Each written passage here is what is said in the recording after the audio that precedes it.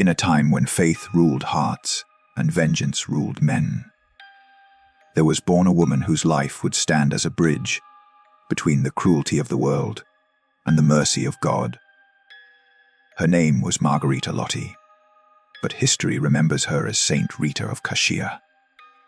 She came into the world in the year 1381 in the quiet hilltop village of Roccaporina, a place of farmers, stonemasons, and the steady rhythm of church bells that marked the passing of days.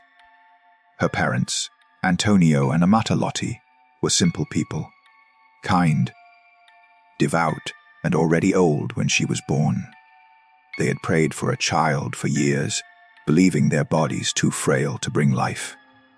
Yet one evening, as Amata prayed before a crucifix, she saw a swarm of bees circling her, golden, silent, unafraid. Days later, she discovered she was with child. From the moment of her birth, strange signs followed Rita as she lay in her cradle. That same swarm of bees returned, slipping in and out of her mouth without harming her.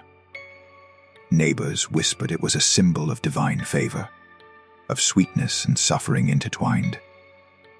None knew then how deeply those two would define her life. As a young girl, Rita grew in gentleness and prayer. She spent her days helping her parents and dreaming of becoming a nun. Her heart belonged to the silence of convent walls, to the songs of the sisters she sometimes heard faintly when visiting the nearby monastery. But destiny, as it often does in the old world, had other plans. When she was still in her teens, her parents arranged her marriage, not to a man of peace, but to a man of violence, Paolo Mancini. A soldier hardened by years of blood feud became her husband. It was a marriage forged not from love, but from necessity. In an Italy torn by rivalry, vengeance often ruled over choice. From the very first days, Rita's life turned into a crucible of suffering. Paolo was proud, impulsive, and often cruel. His temper flared at the smallest spark, and his sword had already seen the blood of rivals. Yet through every outburst, every blow, every harsh word, Rita endured in silence.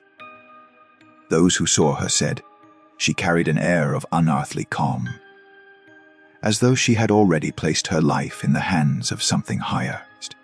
In time, her quiet endurance softened him. He began to find peace in her prayers, in her patience. The man who had once shouted now sat beside her at evening, listening to the wind through the olive trees. But peace in those days was fragile. Old enemies did not forget. One evening, as the sun bled over the mountains, Paolo did not return home. The hours stretched long. Then came the knock every wife in medieval Italy feared. Two men stood in the doorway, their faces shadowed beneath hoods. They spoke no words, only handed her his blood-stained cloak. Rita fell to her knees. She pressed the fabric to her heart, whispering not curses but forgiveness. "Lord," she prayed, "receive his soul and forgive those who took it." But vengeance is a seed that rarely dies with one man. Paolo's death left two sons, young, strong, and burning with their father's blood. Though Rita raised them in gentleness, they were children of their time. In their hearts, the old feud still smoldered. They spoke often in whispers of revenge, of honor, of blood debt. Rita begged them to let go. "My sons," she said, "you will not heal your father's wounds with another's blood. His soul needs peace, not more killing." But they did not listen. The world had taught them that mercy was weakness, and so Rita turned not to men, but to God. That night, she knelt before the crucifix, tears running down her face. Her voice trembled as she prayed a prayer no mother should ever pray. "Lord," she said, "I have begged them with every word of love. They will not hear me. If it is your will that they should die, rather than commit mortal sin. Then take them, O God. Take them before they stain their souls with blood. She wept as she spoke those words, not from hardness, but from love deeper than fear. She knew what sin could do to the soul. She had seen vengeance destroy one man she loved. She could not bear to see it destroy her sons. Days later, fever came to Cascia. One by one, her boys fell ill, first one, then the other. She cared for them night and day, cooling their brows, praying over them. And in their last moments, they whispered repentance. Within weeks, both were gone. The village said it was tragedy. Heaven called it mercy. For the first time in years, silence filled Rita's home. The house that had echoed with anger now lay still. Her husband was gone, her sons buried, and yet in that stillness, a strange peace took root. Rita's heart, purified by grief, turned wholly to God. She sought the life she had once longed for, the convent. But when she came to the gates of the Augustinian nuns in Cascia, the sisters turned her away. They feared the violence that had surrounded her family. The wounds of feud still lingered, and they could not risk it crossing their sacred walls. Rita did not argue. She returned home and began to pray again. "Lord," she said, "you know my heart. If it is your will, open the doors that no human hand can open." And God did. One night, as she prayed in her small house, a light filled the room, soft golden, like dawn breaking through darkness. In that light stood three figures, Saint John the Baptist, Saint Augustine, and Saint Nicholas of Tolentino. They smiled gently and said, "Sister Rita, come." But when she opened her eyes, she was no longer in her house. She stood inside the convent of Cascia. The doors, locked from within, had been opened by hands not of this earth. The sisters found her kneeling before the altar at dawn, radiant, peaceful, and silent. They understood at once that heaven had chosen her. From that day forward, Rita lived among the nuns, a life of obedience, fasting, and prayer. Her body was weak, but her spirit burned like a candle in storm. She often spent hours before the crucifix, meditating on the passion of Christ. She prayed not for miracles, but for union with his suffering. One Good Friday, as she knelt in tears before the crucified Christ, she whispered, "Lord, let me share even one thorn of thy crown." At that moment, a sharp pain struck her forehead, and a single wound appeared, bleeding softly. The sisters were terrified, but Rita only smiled. The wound never healed. It burned and festered, and yet she bore it with joy. For 15 years, that wound marked her as one who had entered into the mystery of divine pain. Her cell became a place of strange fragrance, a sweetness unlike anything earthly. Those who visited her said they felt peace simply by standing near. Yet she never sought attention. She called herself a servant of the crucified. As years passed, her body weakened, but her prayers grew stronger.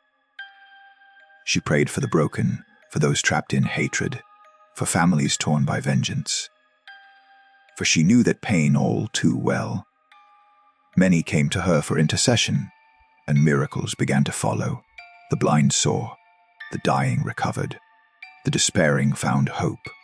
One winter, bedridden and near death, a visiting relative from Roccaparina asked if she desired anything. "Only one thing," she whispered, "the rose from my father's garden." The woman was astonished. It was January, the ground covered in snow. But when she returned home, she found, blooming in the frozen soil, a single red rose. She plucked it and brought it to Rita, who smiled faintly and said, "My Lord never denies me." Not long after, Rita's life drew to its close. On May 22, 1457, she looked toward the crucifix that had been her companion through every sorrow. Her eyes filled with light. "It is finished," she whispered, and the wound on her forehead began to glow softly. Those who stood by her bed said a fragrance filled the room, the scent of roses that has never faded from her convent to this day. In the centuries that followed, her story spread far beyond the mountains of Umbria. She became known as the saint of the impossible, the one who forgave the unforgivable, who endured violence with peace, who prayed for mercy even when it meant loss. But the heart of her story, the most painful, the most misunderstood, is that prayer of a mother who loved her children so deeply that she begged God to spare them sin, even through death. To the world, it may sound cruel. To heaven, it was pure love. Because Saint Rita understood something most could not, that true love is not about holding on, but about surrendering even what is most precious, trusting that God's mercy is greater than any human heart. Her life became the echo of Christ's own words, "Not my will, but thine be done." And perhaps that is why her presence still lingers in Cascia. Pilgrims who visit her tomb today speak of an unexplainable peace, of the scent of roses that still fills the air centuries after her passing.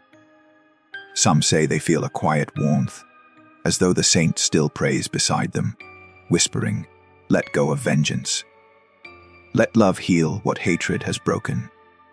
In the end, her story is not one of death, but of redemption. The bees that once circled her cradle were right.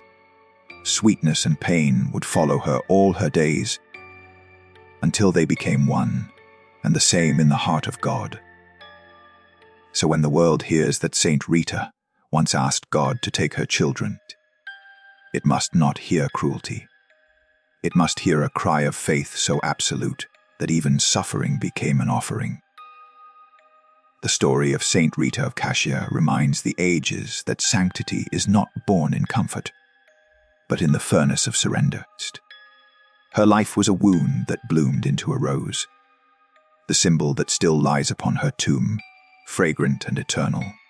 And somewhere, perhaps beyond time, she still prays for the world that forgets what love truly costs.